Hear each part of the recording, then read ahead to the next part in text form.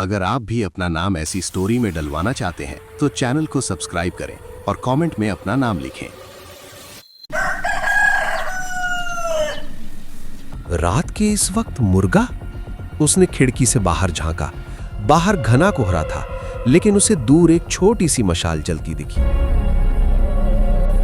जिज्ञासा डर से बड़ी होती है। समीर टॉर्च लेकर उस रोशनी की तरफ बढ़ा।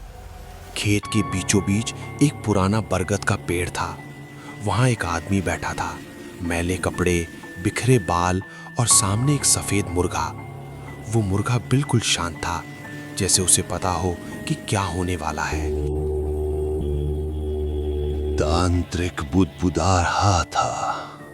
मंत्रों की आवाज साफ नहीं थी, लेकिन उनमें एक अजीब सी घबराहट थी।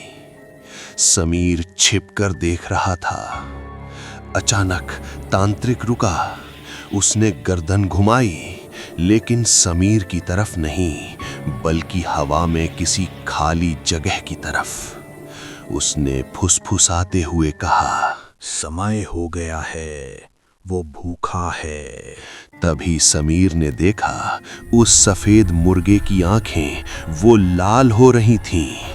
मुर्गा फड़फड़ाने लगा, लेकिन उसकी आवाज किसी पक्षी जैसी नहीं, बल्कि किसी इंसान के चीखने जैसी लग रही थी। समीर का दिल जोरों से धड़कने लगा। उसे लगा कि कोई उसके पीछे खड़ा है। उसने पीछे मुड़कर देखा, कोई नहीं था, सिर्फ अंधेरा। लेकिन जब उसने वापस तांत्रिक की तरफ देखा तो मंजर बदल चुका था। तांत्रिक जमीन पर गिरा हुआ था, तड़प रहा था, और वो सफेद मुर्गा वो तांत्रिक की छाती पर बैठा उसे घूर रहा था।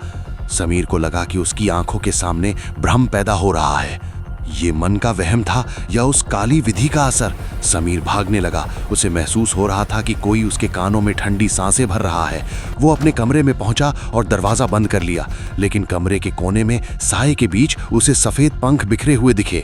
समीर ने अपनी टॉर्च जलाई। फर्श पर खून से एक घेरा बना हुआ था। बीच में वही सफेद मुर्गा बैठा था, लेकिन अब उसका आकार बदल रहा था। उसके पंख काले पड़ रहे थे और उसकी गर्दन लंबी होती जा रही थी। तुम कौन हो? क्या चाहिए? तभी तांत्रिक की आवाज कमरे में गूंजी। बलि अधूरी रह गई समीर।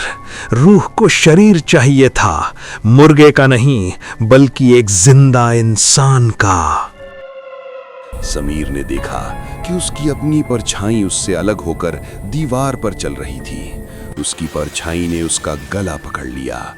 समीर छटपटाने लगा। उसे सांस लेने में तकलीफ होने लगी। उसे समझ आया कि तांत्रिक ने गलती नहीं की थी। समीर ही वो बलि था जिसे वहां बुलाया गया था।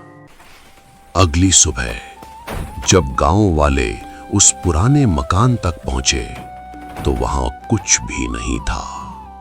न कोई खून, न कोई सफेद मुर्गा, न समीर। पुलिस आई, पूछताछ हुई, और तब एक बात सामने आई।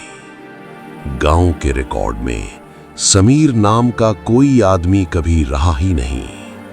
जिस घर में समीर के रुकने की बात कही जा रही थी, वो घर तो 18 साल पहले आग में जल चुका था। उस रात उस घर में सिर्फ एक ही मौजूद था, वो तांत्रिक। गांव के सबसे बूढ़े आदमी ने कांपती आवाज में बताया, हर 10 साल में वो तांत्रिक एक सफेद मुर्गा नहीं चढ़ाता था। वो एक कहानी बनाता था, एक ऐसा नाम, एक ऐसा चेहरा जो असल में कभी था ही नहीं। समीर वो इंसान नहीं था, वो वही सफेद मुर्गा था जिसे इस बार इंसानी रूप दिया गया था। अगर आप भी अपना नाम ऐसी स्टोरी में डलवाना चाहते हैं तो चैनल को सब्सक्राइब करें और कमेंट में अपना नाम लिखें।